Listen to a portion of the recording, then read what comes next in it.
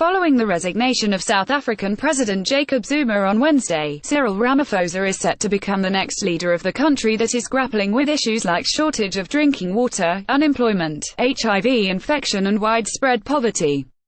As literacy rate in South Africa remains at an all-time low and millions are without health care or proper sanitation, the people will be looking to Ramaphosa to bring drastic reformation across the nation, especially as the country reels with the untimely exit of Zuma, following a number of corruption allegations, The Guardian reported. Here are some facts about the new president of South Africa. 1.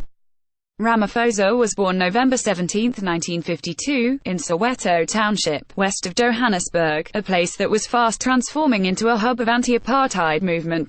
2. He went on to study law in 1970s and also took up student activism at the time, for which he was arrested in 1974 and spent 11 months in solitary confinement, France 24 reported. 3. As a legal way of protesting against a white minority regime in his country, he became involved with trade union and founded the National Union of Mine Workers, NUM, in 1982. NUM soon became immensely popular and led a number of mine strikes in 1987. Deputy President of South Africa, and newly elected African National Congress (ANC) President, Cyril Ramaphosa looks on during the pre-World Economic Forum (WEF) breakfast, which takes place ahead of the WEF annual meetings in Davos, at the Hilton Hotel in Sandton district of Johannesburg, Jan. 18, 2018. Photo, Getty Images, Gulshan Khan 4.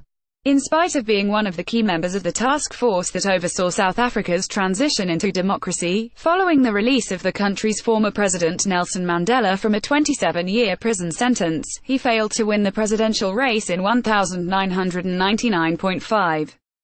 After his presidential defeat, Ramaphosa turned his focus on business and soon became one of the wealthiest people in his country.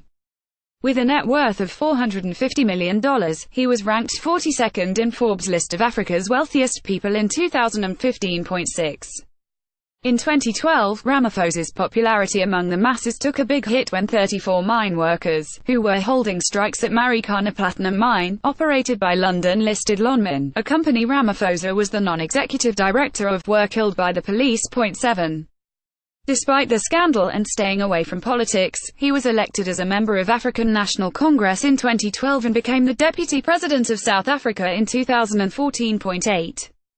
His was a balancing act as the deputy president, as he had to work alongside Zuma, who was beginning to emerge as an incompetent leader, as well as deliver care-rewarded criticism against his predecessor in front of the public. 9.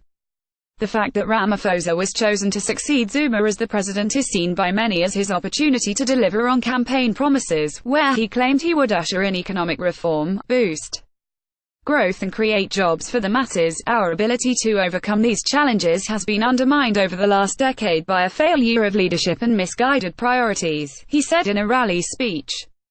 For the first time since the advent of democracy, there is a real chance that the transformation of our country may suffer significant reverses. 10.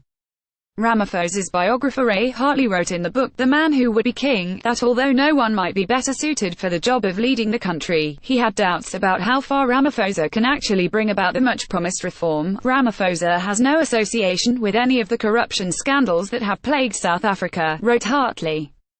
But the years he spent at Zuma's side, playing the inside game, suggest he is more comfortable as a powerful insider than as a radical reformer. 11. In 2017, Ramaphosa was accused of having extramarital affairs with multiple women, which he initially denied. Eventually he confessed he had an affair, and added he already disclosed this to his second wife Tshepo Motsepe, with whom he has 4 children.